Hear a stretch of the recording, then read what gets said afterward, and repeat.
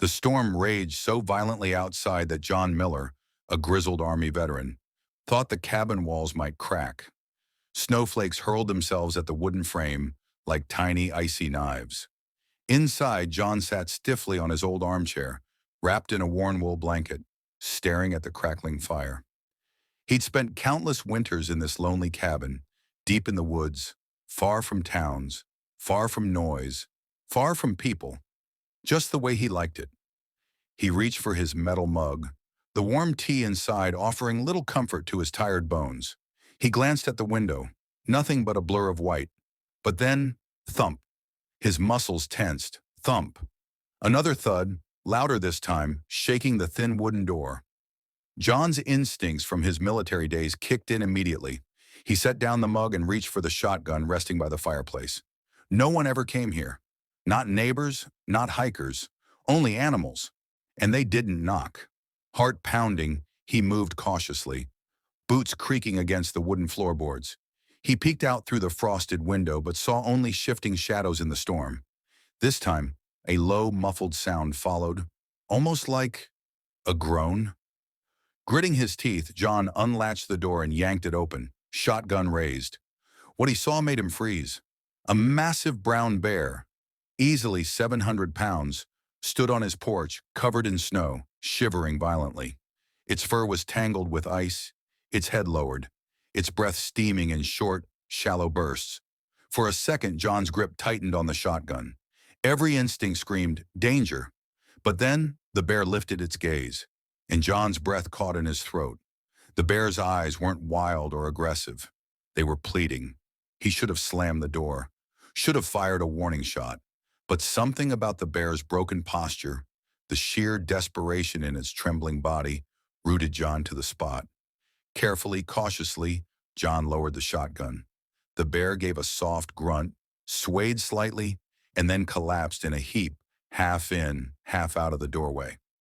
John cursed under his breath. This was insane. He was no animal rescuer, no wildlife expert, just an old soldier trying to live out his years in peace. But could he really leave this creature to die in the storm? Muttering to himself, John grabbed a heavy blanket and, heart pounding, tossed it over the bear's massive back. He built the fire higher, his cabin now suddenly feeling far too small for both man and beast. As the hours dragged on, the bear lay motionless, save for occasional shudders. John kept watch from across the room, rifle resting on his knees just in case. He spoke softly, half to the bear, half to himself. "You're lucky you're not trying anything," he muttered, "or we'd both be in trouble." When the storm finally lessened near midnight, John dared to approach.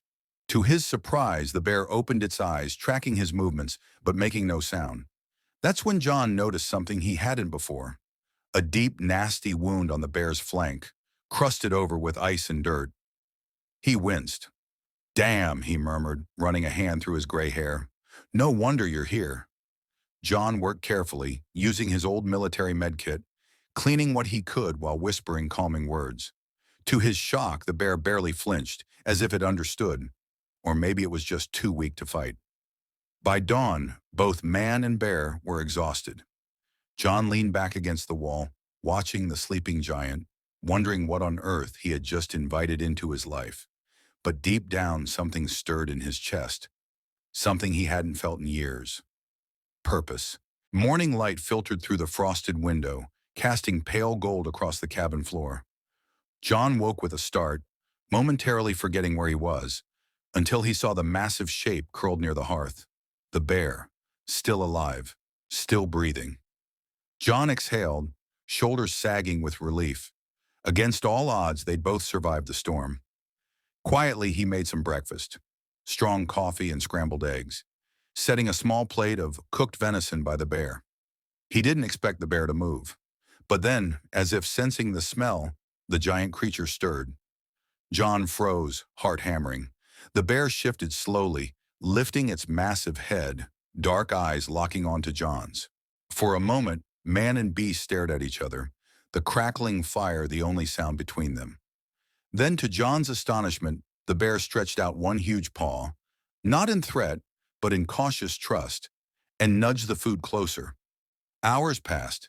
The bear ate sparingly, licking its wounds while John watched from across the room, sipping his coffee, mind racing with questions. Why had this bear come to him? How had it known where to go? Could an animal really sense safety in an old soldier's home? And then, the biggest question, when it healed, would it leave, or would it turn on him? By afternoon, the storm outside had eased, leaving behind a quiet, snow-blanketed world. John bundled up, opening the cabin door cautiously to let in fresh air. To his surprise, the bear rose, limping slightly but standing tall. It shuffled to the doorway, paused beside John, and, astonishingly, leaned its great head briefly against his shoulder. John felt his throat tighten. No one had leaned on him in years. The bear stepped out into the snow, turned once, and locked eyes with John one last time. Then it lumbered into the trees, leaving only deep tracks and a silent, unforgettable memory. John stood in the doorway, watching the figure disappear, the cold wind brushing against his face. For the first time in a long, long while, he felt less alone.